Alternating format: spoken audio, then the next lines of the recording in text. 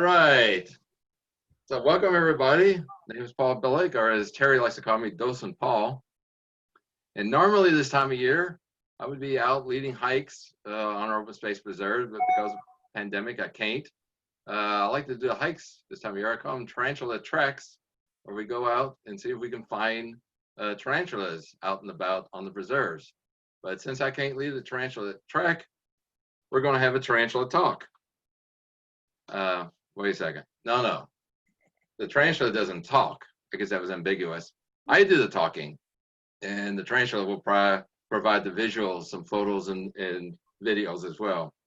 So the topics we'll be covering, we'll give over some facts about tarantulas and other similar spiders, where they live, how they hunt, socialize, and who hunts them.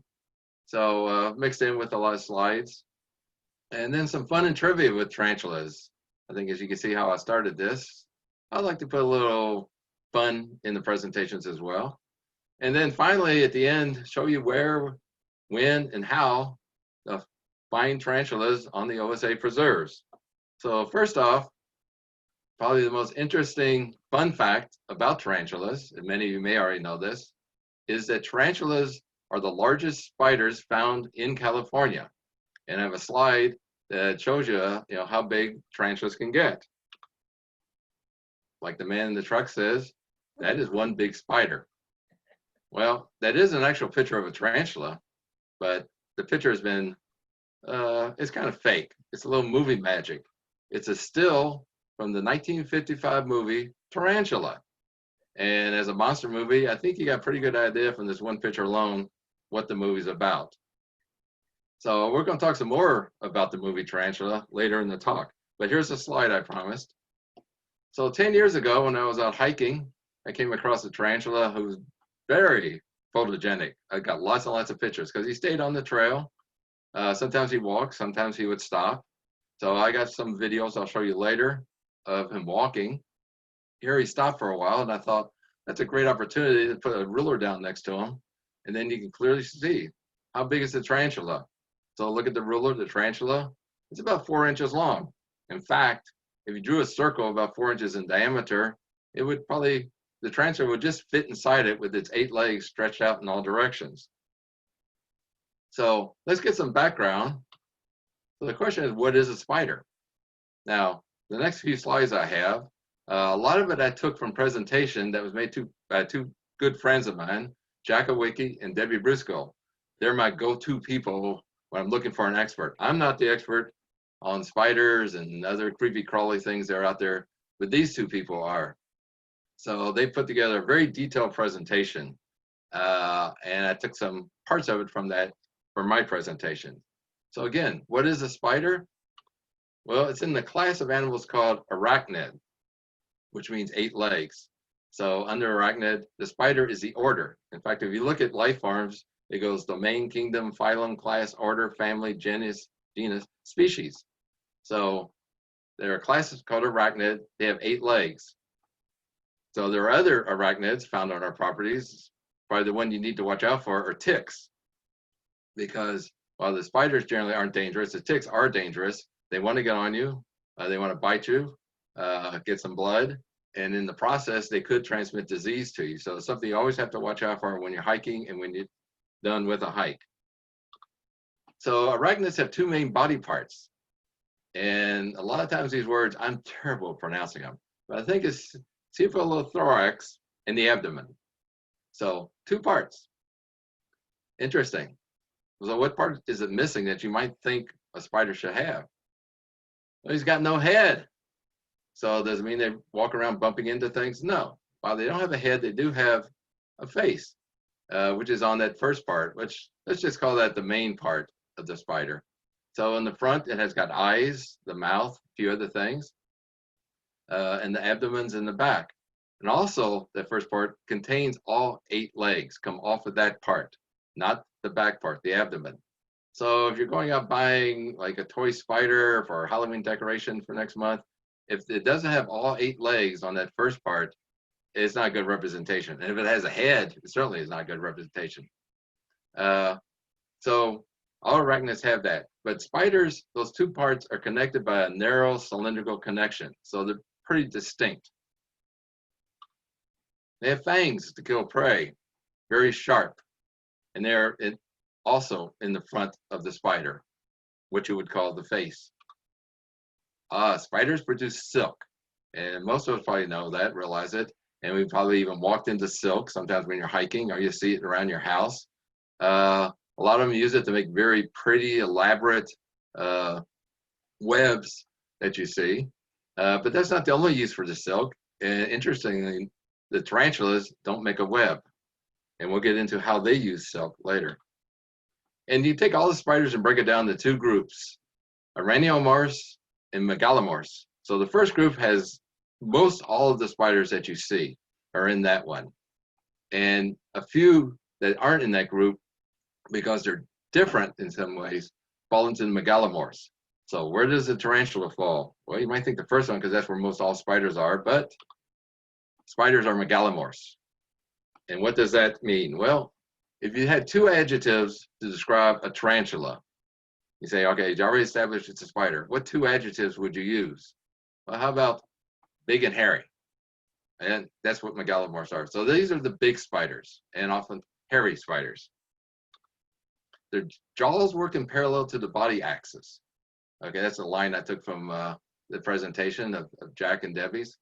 What that means is the fangs can hit like the back of a claw hammer or like a pickaxe. So they hit that way. They don't come in at any angle. And they also use the fangs for other use besides attacking prey, and we'll get into that later. They're very long-lived compared to other spiders. Most spiders only live about a year or two. They have to do their whole life cycle in a very short amount of time. But tarantulas, or Megalomorphs, live a long time. Tarantulas specifically that we have here in California, the males might go up to 10 years. Sometimes they say 6 to 10 years.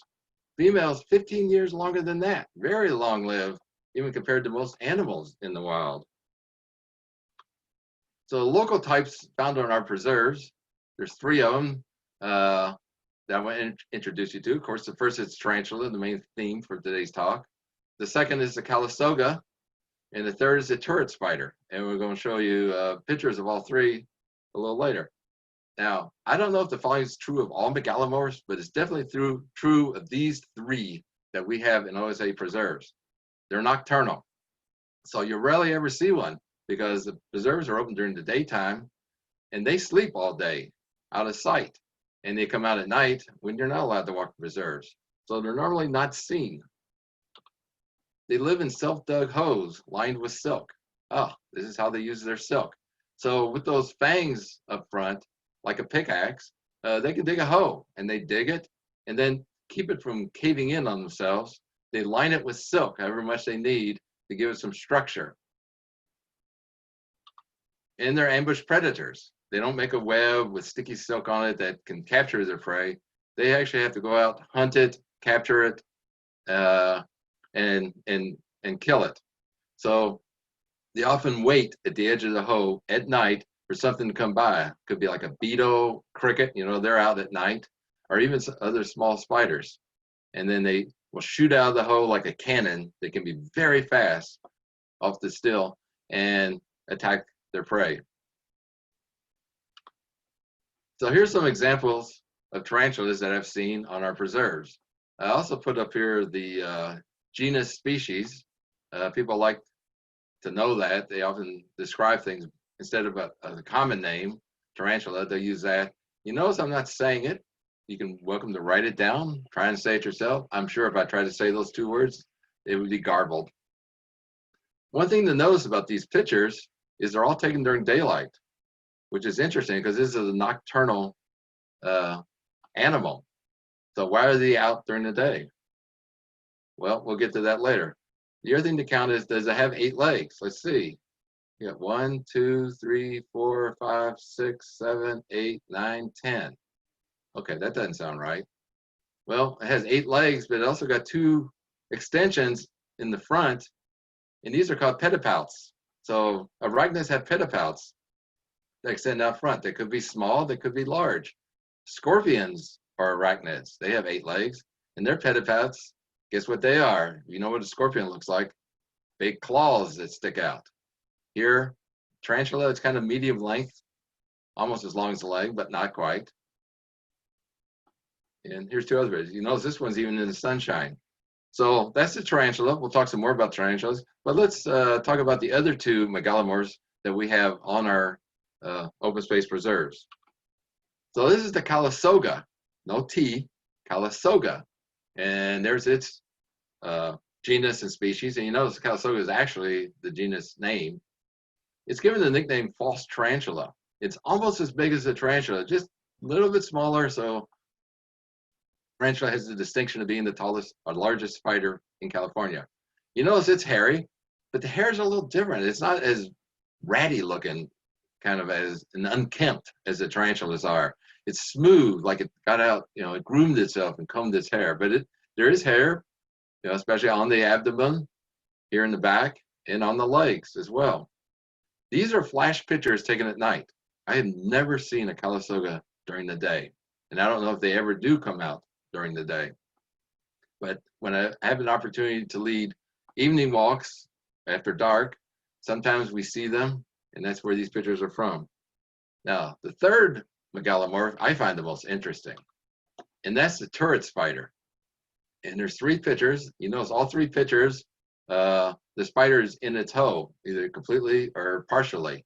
In the upper left, you can just see some of the legs. The lower left, you're looking straight down. The hoe that these pictures are, that a mature turret spider gets to, is about a 1/4 inch in diameter. So overall, the spider is about half the size. And if you look down in the hoe, you see the jaws, the fangs, and the legs are all collapsed together. On the right is the one picture I have. When you do night hike, sometimes we can fool it into thinking there's some prey outside the hoe and get it to come out. What usually happens is it comes out, looks around, realizes there's no prey, and backs up and goes back into the hoe. And that entire operation takes less than a second. Zoom, zoom. But this one spider came out of the hoe almost entirely, but its abdomen's still in, and then sit there. Gave me the opportunity to take a flash picture. The other thing you notice, it says Northern California endemic. These spiders are only found in California. This is one of our many, many unique life forms that we have here in California. It's only found in Northern California, on the Coast Range, and in the Sierra foothills. It's basically limited to moist woodlands, often on north-facing slopes and near shady streams and thickets. So these pictures were taken from the Mayfair Ranch Trail in the forested area of that trail. Probably unlikely that those spiders will be found on the Diablo Range preserves that we have. Maybe if there's a large enough forested area, I don't know. Most of the turret spiders I see are outside of OSA, up on the peninsula in more forested regions. So I want to show the spider hose. This is something you can see as you walk around during the day. These are all taken during the day, even though you can't see the spiders. So the spiders are in the hoe, which goes down a few inches, and then it curves sideways and goes horizontal to the ground. So even if you look down the hoe, you won't see the spider. It's out of sight in the dark, sleeping through the day. The turret spider hoe is an interesting one. Again, that's about a 1/4 inch diameter, and it extends above the ground. This one about 3/4 of an inch.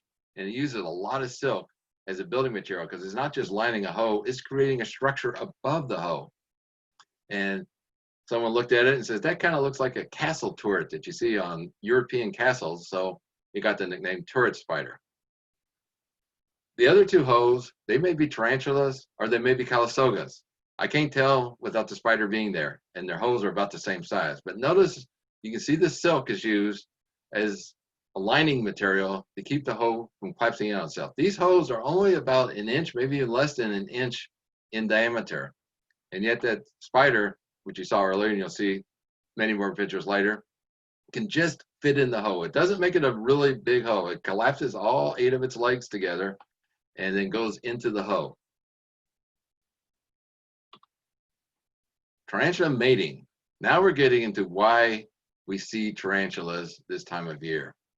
So tarantulas are normally not out during the day most of the year. They're nocturnal, as I said. But in the late summer and early fall, mature males, once they've reached maturity, which could take 6 to 10 years, they emerge, and they can emerge during the day, and they're seeking females for mating.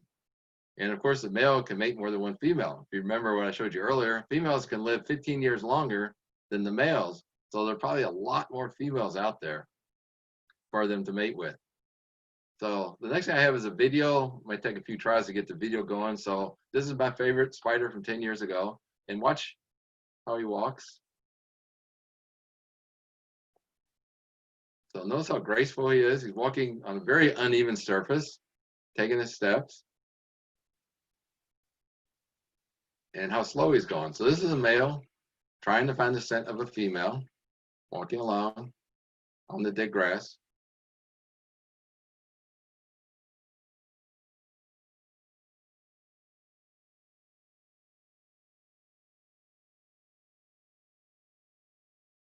Now that may look like I'm off trail, but actually, for some reason, he's walking and he's right off the trail. I'm still standing on the trail taking his picture. And then later, he comes down. Oops. Now he's on the trail, which is much smoother, and he walks faster. I have a hard time keeping up with him. He's still not going very fast. Not as fast as he could go.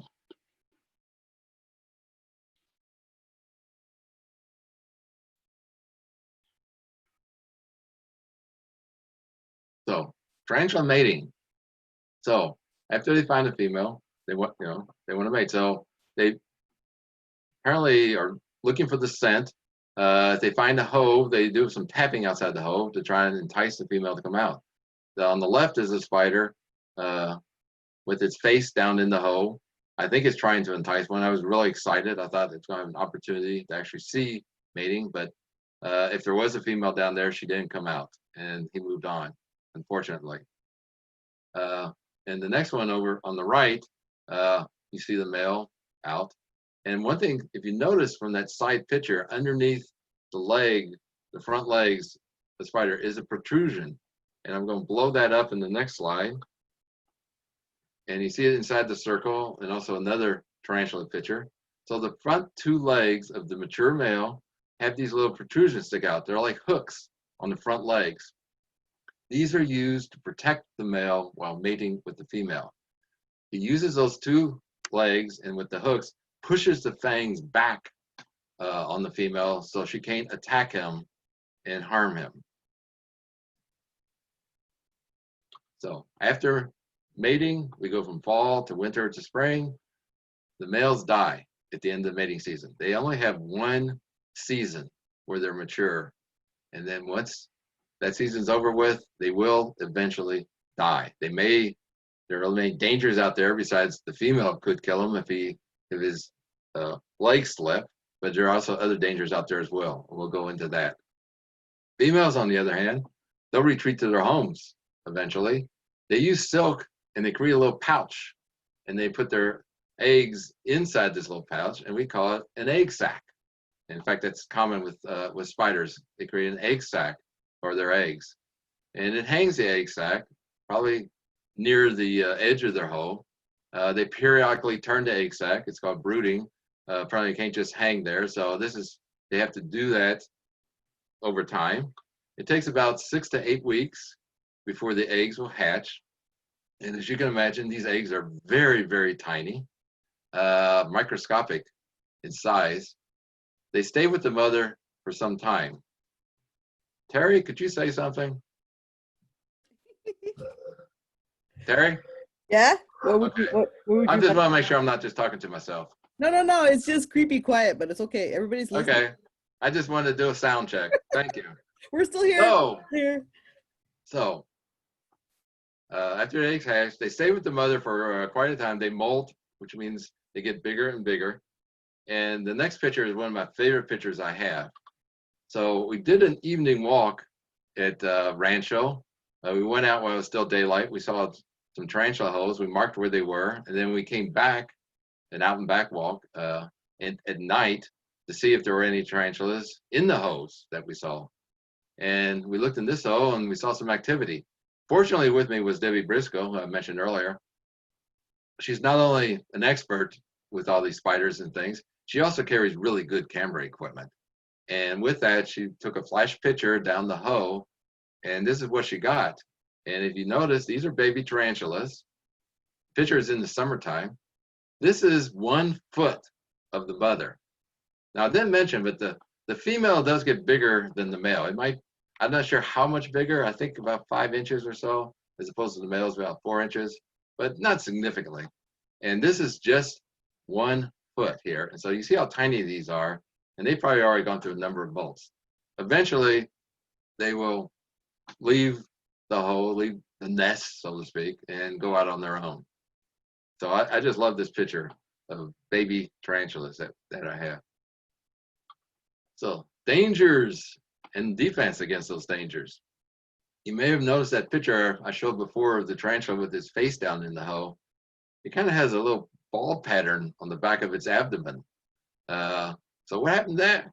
Well, they have barbed hairs. There's actually bristles there, and that's their defense mechanism. That's their arrows they have to defend themselves if something comes up. You can imagine like a coyote or fox. They're canines. They're always curious. And what do canines like to do? They like to smell things.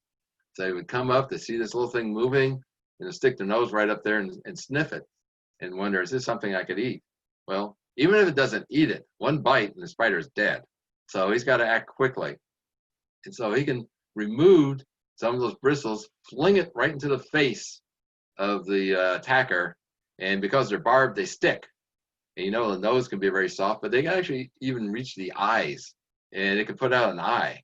So he looks like maybe he had some threats there, because he certainly has used a lot of those barbed bristles to protect himself. But much bigger threat awakens, especially the male spiders.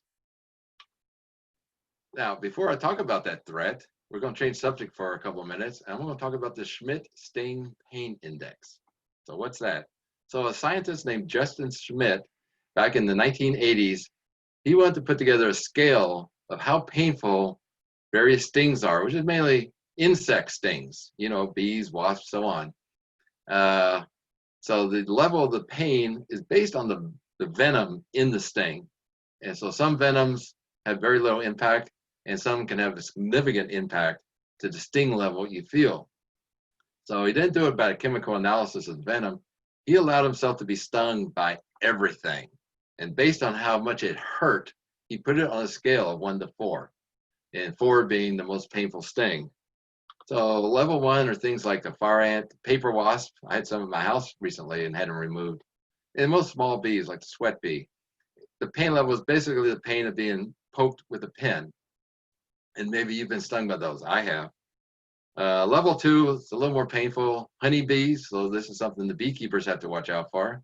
Yellow jackets, which we have, which are the form of wasps, and hornets, which, you know, have those big nests up in the trees. So a little more painful than 1, but still not too high on the scale. Level 3 is an interesting animal.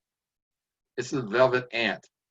There's a picture of one on our preserve. I see one about every year or so. It's the size of an ant, maybe a 1/4 inch long. It cannot fly, walks along the ground. Looks like an ant covered with some red to orange fuzz on it. Looks cute. But if you see one, don't touch it. Don't try and pick it up. Don't let it get on your skin. The pain is extremely, the sting is extremely painful. So take a picture of it. It's kind of an unusual animal, very easy to see because of the bright colors. But I've gone through 3 levels, and I still haven't explained why we're talking about sting pain on a tarantula talk.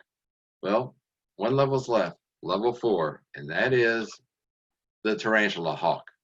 This is a wasp, probably about twice the size of the paper wasp you may be familiar with.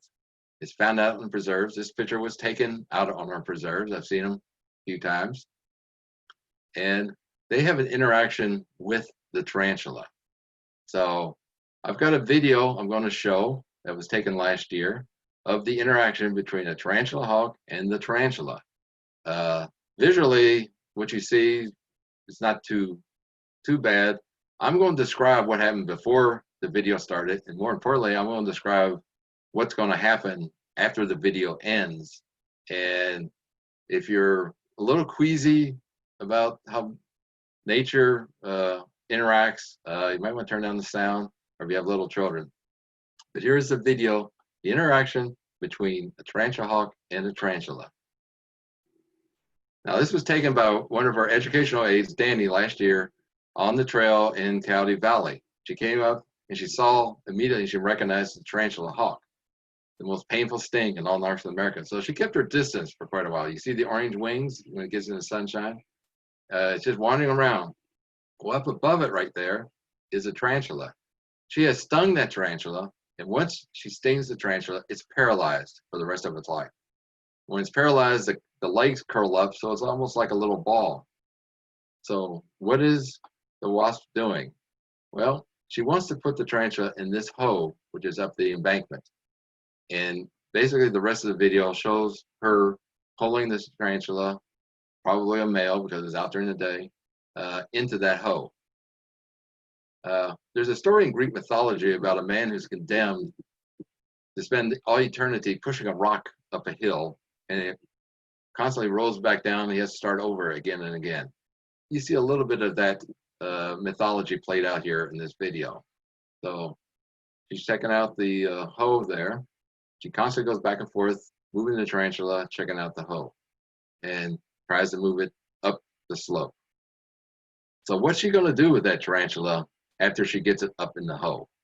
Well, what she's going to do is she's going to lay an egg on that tarantula, still living but paralyzed, seal up the hole, and fly away. Over time, the egg will hatch, and the young wasp, which is larva, like a tiny worm, will feed on the tarantula. But it will feed in such a way that it doesn't kill the tarantula. So it keeps getting bigger, it goes through molts, and continues each stage of its life to feeding on the tarantula. Eventually, keep an eye on the tarantula and the wasp here. This is very interesting. Oh! I don't know if the tarantula was trying to attack the wasp there or what. Maybe it twitched, but we got to start all over again. So getting back to the larva. The larva is feeding on the still living but paralyzed tarantula. It's getting bigger and bigger. Finally, it gets big enough that it goes through its last larva stage. And when it does that, then it attacks it fatally, killing it, feeding on the rest of it that's still left.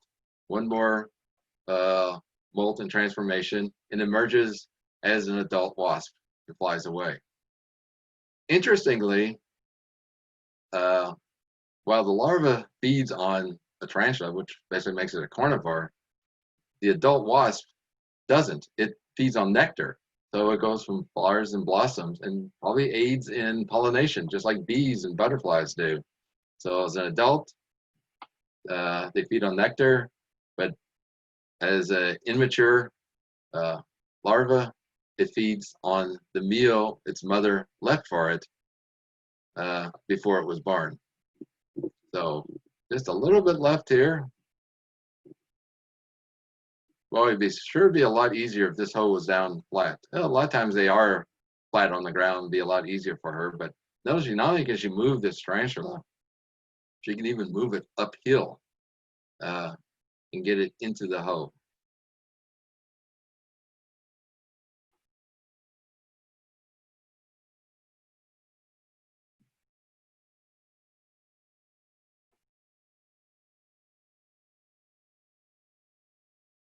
I don't know why she keeps wandering around, but she does a lot of checking out the hole and tarantula, but she also kind of wanders around as well.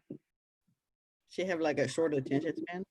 Yeah, I'm thinking short memory or short attention span or something. She has to keep reminding herself where the hoe is. Now she spends a lot of time in the hoe. So she's making the final prep now, whatever she's doing in the hoe. And there we go. And pull it in.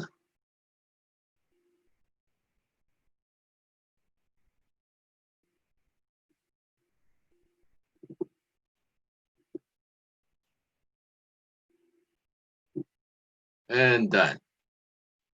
So let's get back to what I started. It showed you earlier, tarantula in the movies. In 1955, a monster flick was made called Tarantula. The 1950s is, I consider it, the golden age of monster movies.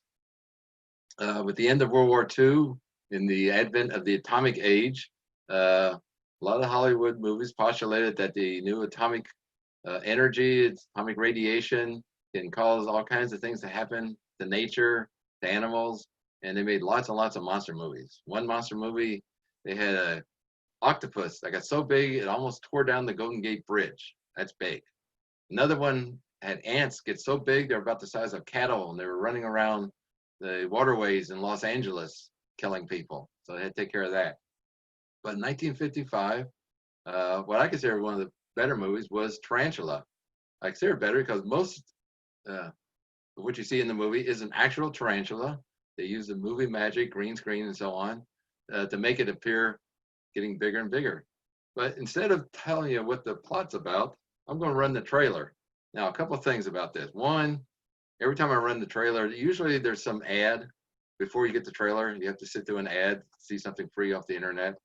I don't know what they're going to be advertising, but whatever it is, I'm not necessarily endorsing it. OSA is not endorsing it. It's just an ad we have to sit through to see a free movie trailer. And the second thing, there's an error in this trailer. You'll see something and go, whoa, that can't be, that's not right. See if you can find out what it is. And maybe even on the chat room, tell Terry. So the trailer for the movie 1955, Tarantula.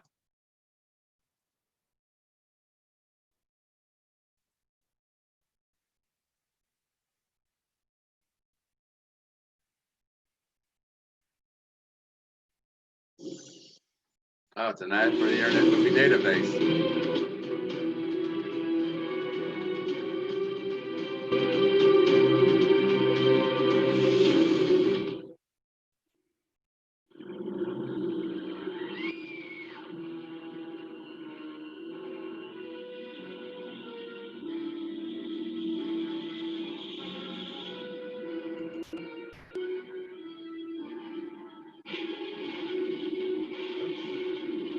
I lost something here. Sorry. I lost something here.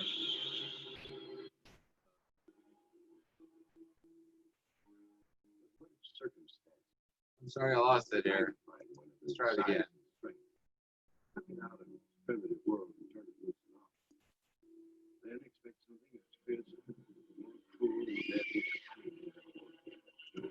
Even science Still playing in the background.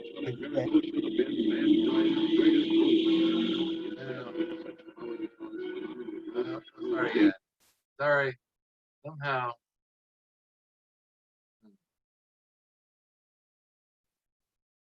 Okay, I'll have to go down. Sorry about that. I was clicking on something else and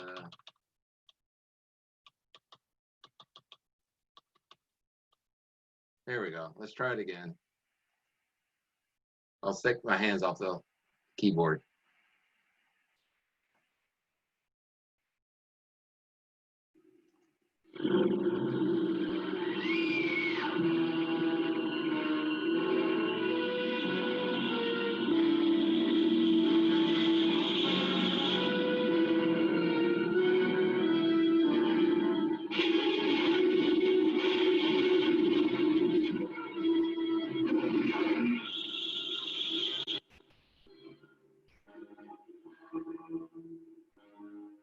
what if circumstances magnifying one of them in size and strength, took it out of its primitive world and turned it loose and off, then expect something that's fiercer, more cruel and deadly than anything that ever walked the earth. Even science was stunned. The new atomic miracle should have been mankind's greatest boon. Instead, when such power to cause phenomenal growth proved dangerously unstable, man was confronted with his most shocking blunder. I should have figured out nutrients into it right there. A blunder that transformed a tiny insect into the 100-foot spider that was now ravaging the panic-stricken countryside.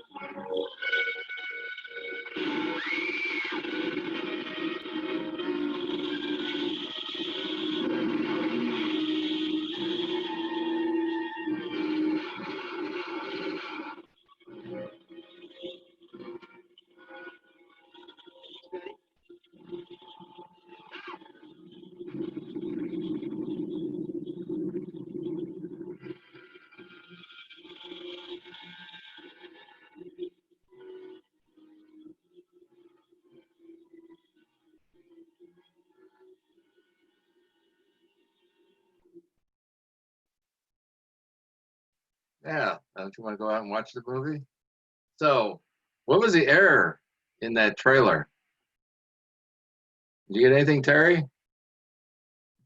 Someone said it's not an insect. Exactly. Not a tiny insect. That's double insulting. One, it's a spider, arachnid, 8 legs. Insects have 6 legs. And calling it tiny. I mean, it's the biggest spider in California. Granted, it's not 100-foot long usually, but still. The other thing I wonder if you noticed, when it attacked the home, and the man in the pajamas had that big leg come down and attack it. Did you notice the claw on the end of its leg attacking him? Now, was that movies doing something kind of different from what an actual tarantula is, do you think? Well, actual fact, tarantulas have retractable claws in their legs, just like cats. So when they need them for like attacking prey or climbing a structure that, slippery surface, they can extend those claws and use it for added traction. So that was right. Finally, I'm going to give you a spoiler alert. They did kill the spider. So obviously the bullets and the dynamite didn't work. So how did they kill it? Well, they called in the military, and specifically they called in the Air Force. And so this is the actor playing the squadron commander of the jet force that came and bombed the tarantula and killed it. This actor is a young man. He's only 25 years old, and he's in his first movie. And he stuck with the movies. He had a few more very small minor roles. This actor was not even seen until the very end of the movie. He's only shown like this with the helmet and the oxygen mask on. Fortunately, he does have his sun visor up so you can see his eyes. But he stayed with Hollywood, more minor parts for a while, and then he moved into television, started in a Western, which is very common in those days. Came back to the movies, kept that Western persona, did a few movies, wanted to play a more modern man in the movies, so he did that, creating the iconic role of a San Francisco police inspector who uses unorthodox ways to control crime. He decided he wanted to do more than just act, so he also directed movies, and in fact has won 2 Academy Awards as Best Director. He's also a businessman, owns a small restaurant, dabbled in politics, briefly serving as the mayor of a small coastal California town. And at 90 years of age, he's still going strong, and he may show up again acting or directing in a movie. And with all those clues are looking into eyes, which is all Terry had to do. Who was this young actor making his motion picture debut in the movie Tarantula? Yeah, Dirty Harry himself, Clint Eastwood. So now you can answer the trivia question. What's the first thing Clint Eastwood killed in the movies? It wasn't some desperado in a spaghetti western. It wasn't criminals on the streets of San Francisco as Dirty Harry. The first thing Clint Eastwood killed in the movies was a giant tarantula. Yay! Yeah, so we get to the final part of the presentation, finding tarantulas. So, as I mentioned, mature males emerge for mating in the late summer and early fall. Some places say October is the best time. I have found that for our properties, September is a good month for finding them on our preserves. I also found if you go out late afternoon near sunset, it's kind of the best time to find it, but it could be found any time of the day. Now, if you are going out and about looking for tarantulas, be aware the tarantula hawks are also out there looking for tarantulas, just like the one Danny found last year. So be aware that they're out there, but don't interfere. If you see a healthy tarantula walking and you see a tarantula hawk flying around, don't try and be a hero. Let nature does what nature does. And besides, you don't want to be stung by the most painful sting of all insects in North America. It's found on all 3 of our public preserves, Coyote Valley, Sierra Vista, Rancho Canal de Oro. Remember that Sierra Vista has early closing time, 6 o'clock right now. So, and it's limited parking. The others have a little bit more parking. Rancho is probably the best because we have the overflow lot there. I do want to mention that when I've led these tarantula hikes, when it's really hot, generally we don't find a tarantula. So I can only say by anecdotal evidence. I don't know for a fact, but I'd recommend not going out this weekend because it's going to be really hot this Labor Day weekend. Do it later. And since if you're going to be out like near sunset, which means the other 2 preserves will close about 7:45, 7:30, you got plenty of time after school or work to go out and do it. Some hiking tips: walk slowly with frequent stops. If it's in the middle of the trail, yeah, you can go real fast. People on bicycles will find them, but that's if they're in the middle of the trail. Chances are it's not going to be in the middle of the trail. It's going to be off on the trail, probably in the grasses. So you need to look back and forth off trail, look up and down, check, look in the distance, not to find tarantulas, but to see if there's other things out there as well. And as I mentioned, closer to sunset will better the odds. There we go. If you don't see one, enjoy what you do see. Last year we did a hike. Before we found any tarantulas, we found a bobcat. It was just sitting out there about 50 yards away, and everybody got a chance to see it. And I told people, if we don't find a tarantula, I don't care. This is a successful hike, because bobcats are much rarer to find anyway. A couple times we found southern alligator lizards, which are interesting. They have very long tails. The tails might be twice as long as the rest of the body. One hike, a little kid found a praying mantis hugging the grass. I had a hard time seeing it. It blended in so well. He had to point out to me exactly where it is, but that's something he saw. Which reminds me, in the 1950s, there was a movie called The Deadly Mantis about a giant praying mantis that got released from the Arctic ice and threatened the world. And okay, enough of that. I foresee the next Don't program. get frustrated. Excuse me? I was gonna say I foresee your next program. Yeah. But what I'm saying is, don't get frustrated. I went out Tuesday. I was hoping to find some tarantulas and add it to my presentation. I was out 2 hours all the way up to sunset, walking up and down miles. Not a thing. But I didn't get frustrated. And in fact, I saw two bucks grazing, and they pretty much ignored me. I had some great pictures with my camera. I don't have a big telephoto lens. And they kind of ignoring me. So I got some good pictures of these bucks with the full antlers out and everything. So appreciate what you do see. However, if you do find a tarantula, rule number one, do not pick it up. This is a wild animal. It's out in its element. They're very fragile. And so just observe it. Don't try and pick it up. And also, let it go where it wants to go. If you go running up to it, if you see one on the trail, the ground vibrations may make it want to flee, or even sensing some big monster is coming up on it. So it may want to go hide in the grasses or under a bush. If that's what it wants to do, let it do it. You're here to observe, not to influence what it wants to do. Don't get too close. Remember those barbed hairs? So it knows what to do if a big monstery mammal comes up like a coyote or a fox. Don't become one of those by trying to stick your face right up to it to get a close look. Take a picture from a few feet away, blow the picture up later on your computer. Or bring some binoculars, find out how close the binocular can focus in. Sometimes binoculars can focus on an object that's maybe 6 or 10 feet away. And if you get that distance away from it and you look at it through binoculars, it'll be just like you're right up in front of it. So if it raises its front legs, that means it feels threatened. That's its kind of push off against you.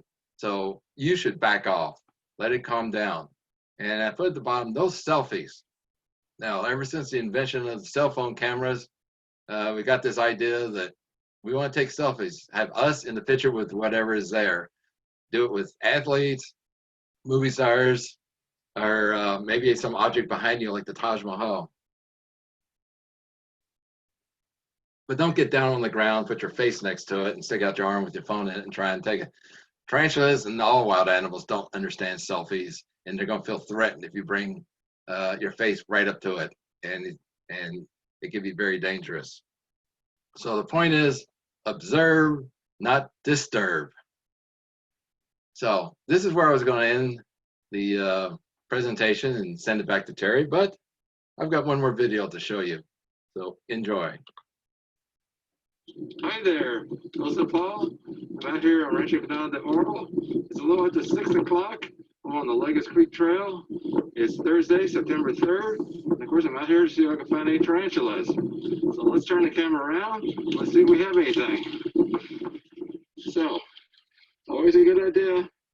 Check both sides of the trail. Check the middle. Check the other side. Slowly go along. Check it. Check it. Go along. Okay. Wait a second. Did you see something? Let's back up a little. What do we have here? Oh, it's a mature male tarantula. So the mating season has begun, and the mature males are out walking the trails looking for females.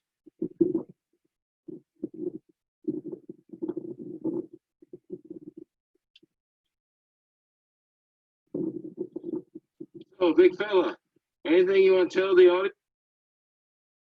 I said, anything you want to tell the audience? And this is what he told me.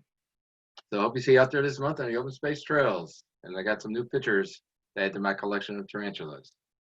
So thank you for showing up. I hope you enjoyed yourself. Still got 10 minutes. So if you have any questions or anything. There was a question about so this is the biggest one we have here. Do you know about the rest of the world, like where the biggest spiders are? Or what they the tarantulas, I think, generally are the biggest. Ours isn't the biggest of the tarantulas. I didn't mention there's probably about 1,000 tarantulas found throughout the world. I know one. Sorry? He knows one. Say it. Go ahead, Matthew. Well, wait. I don't know which one you're talking about. The Goliath bird-eating spider. Ooh, Oh. that's a big one. That's actually one of the biggest ones known to mankind. Oh, good. Well, I'm glad to hear we have an expert on here. So as I said earlier, I'm not an expert, so I like tarantulas. I see them out in the wild, and I just like leading hikes and showing them to people. Awesome. Thank you so much, everybody. If you have any questions for Paul that you think of later on, you can email me at troggaway@openspaceauthority.org. And I'd be glad to pass your questions on to Paul, and then we can send those answers back to you. So we do have one more question. Do you identify good areas by finding holes, or do you find them even where you don't see any holes? For our preserves, tarantulas are virtually everywhere. The one exception may be North County Valley, because that's a floodplain, and tarantulas don't want to be flooded. But we have holes out in the grasslands, in the woodlands. The two holes I showed you, which I said I don't know if they're Calistoga or tarantula, those were in the woods, chaparral. So they're pretty much everywhere on our preserves. Now the tourist spider, on the other hand, is very limited area, and you're more likely to see it if you go like up the peninsula and some of those woods up there. So when you're walking in the woods, if you see these little holes extending out of the ground, maybe 3/4 of an inch, that's the tourist spider. And they don't travel very far. So when you see one, you'll probably see a lot of holes grouped together.